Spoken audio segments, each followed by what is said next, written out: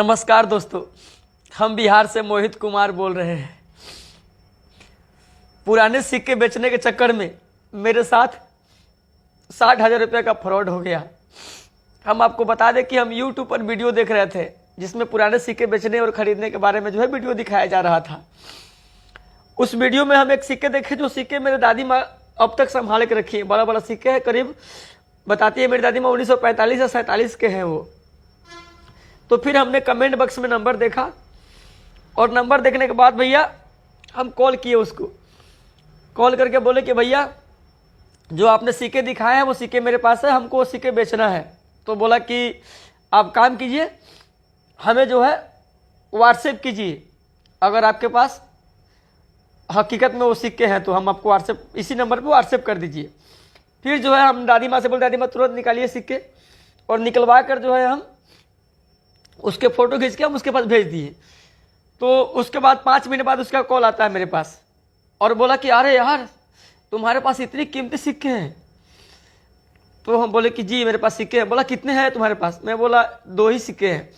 फिर बोला इस सिक्के का तुमको 25 लाख रुपए मिल जाएंगे, तुम बहुत कीमती सिक्के हैं ये, इतने पुराने सिक्के तुम्हारे पास कहाँ से आए?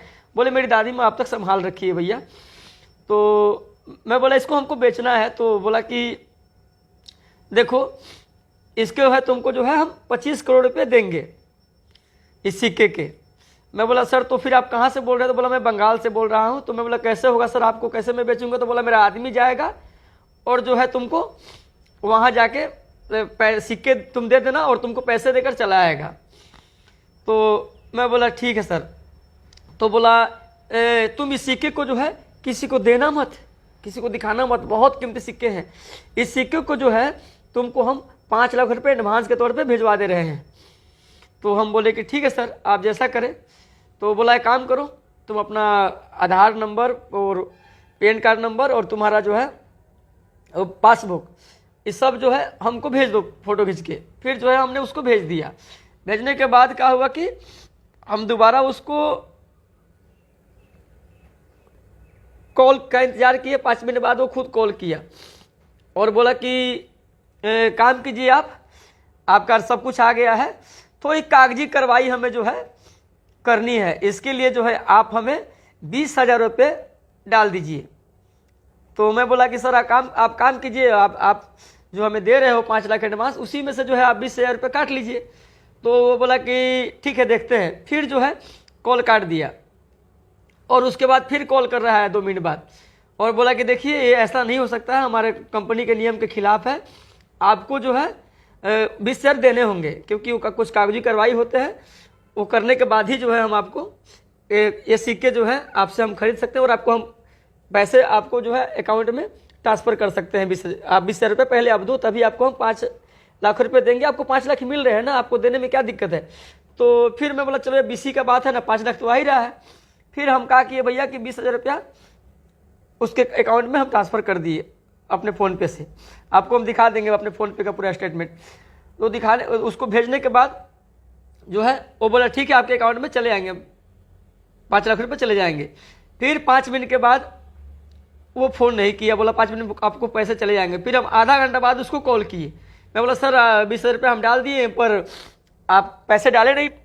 तो बोला कि देखिए 5 लाख रुपये थोड़ा बड़ा अमाउंट है, इसके लिए आपको 40,000 रुपये और भेजने होंगे। मैं बोला सर आप क्या बात कर रहे हो, इतने पैसे की बात कर रहे हैं आप? सर आप पहले बोले कि 20,000 में सब हो जाएंगे, तो फिर आप बोल रहे। वो बोला कि देखिए अगर आप नहीं भेजते हो तो फिर आपको वो भी 20,000 रुपये आपको चले जाएंगे। आप सोचो आपको 5 लाख रुपये तो एडवांस में मिल रहा है और सिक्के के मेरा आदमी जाके आपको वहाँ पर इतनी बड़ी रकम में आपको 25 लाख रुपये आपका सिक्का बिक रहा है और आप 40,000 देने में आप संकोच कर रहे हो। फिर मेरे मन में आया कि मैं क्या करूं, किसी से मैं सलाह भी नहीं लिया अपने घर परिवार से।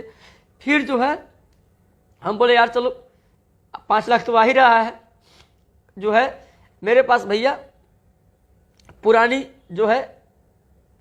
एक गाड़ी था, उसको हम 20,000 में बेच दिए और 20,000 रुपया एक अपने दोस्त से कर्जा लेकर, पैंचा लेकर, मतलब हम उसको पैसा हम ट्रांसफ़र कर दिए। और उसके बाद फिर आधा घंटा में उसका कॉल आता है मेरे पास इतना भेजने के बाद। मैं बोला क्या हुआ सर, आपने बोला हम पैसा ट्रांसफ़र कर दिए और आपका पैसा जो है 5 लाख एडवांस आया नहीं। फिर क्या बोल रहा है कि आपको जो है सेल टैक्स फार्म बनवाना पड़ेगा, भरवाना पड़ेगा, वो जीएसटी बिल के लिए और सेल टैक्स का जो है फार्म भरता है, उसके लिए जो है 20,000 रुपये आप और हमें दो, क्योंकि रकम बड़ी है, आप फंस जाओगे कि इतना मोटा रकम कहाँ से है, आपके अकाउंट में 5 लाख रुपए जाएंगे। तो भैया अब हम क्या बताएं आपको। मैं बोला कि ठीक है मैं एक प्रयास कर रहा हूँ, और उसके बाद हम क्या बताएं भैया, मेरे पास 20,000 रुपया नहीं हो पाया। मैं बोला भैया आप कितना रिक्वेस्ट किया कि भैया आप काम कीजिए कि आप मिला लीजिए 20,000 रुपया, उसी में 5 लाख में से काट लीजिए 20,000 रुपया और काट के प्लीज़ हमें डाल दीजिए। मेरे पास और नहीं हो पाया। मैं कोशिश किया अपने दोस्तों यारों से सब जगह मांगा, लेकिन मेरे पास फिर दोबारा 20,000 रुपये नहीं हुए। इसलिए जो है 60,000 रुपये मेरे पास बाइक बेच दिए और दोस्त यार से लेकर जो है हमने उसको दे दिया, और 20,000 रुपये फिर जब दोबारा मांगा हो तो भैया हमसे नहीं हो पाया, नहीं जुगाड़ कर पाया। मैं बोला उसको कि मैं ठीक है सर प्रयास करता हूँ, लेकिन नहीं हो पाया। फिर मैं उसको कॉल करके बोला, रिक्वेस्ट किया कि सर आप कॉल तो प्लीज़ हमें पैसा वापस कर दीजिए, या फिर आप उसी में से काट कर जो है हमें वो 5 लाख एडवांस भेज दीजिए। आप 25 लाख में बोल रहे हैं ना, आप जो है 5 लाख में आइए, दोनों सिक्का दे देंगे। हम उसके आगे इतना रोए गिरा है भैया, हम आपको क्या बताएं। मेरा पापा को खबर चल गया है कि वो बाइक बेच दिया है, वहाँ घर से भी गुस्सा आएगा, हम किसी को बताए नहीं है। बहुत दर्द में है भैया। आप सबसे रिक्वेस्ट है कि आप सब ऐसे कॉल में कभी ना फंसे। कोई पुराने सिक्के नहीं बिकते हैं भैया, कोई पुराना सिक्का नहीं बिकता है, सब झूठी बात है भैया। हम फंस गए भैया। आप सबसे निवेदन करते हैं कि आप सब प्लीज़ कभी ऐसे बहकावे में ना पड़े, ऐसे फ्रॉड के चक्कर में ना पड़े भैया। हम तो गरीब आदमी, उतना कैपेसिटी नहीं था मेरा, 60,000 रुपया मैं गंवा बैठा। उतना अनजान था मैं, ना पढ़ा लिखा नहीं हूँ मैं, 8वीं क्लास तक पढ़ा हूँ, इसलिए मैं फंस गया। आप सब भाई से निवेदन है कि ऐसे फ्रॉड कॉल में ना पड़े। सभी को प्रणाम भैया। हम तो बहुत दुखी है आज।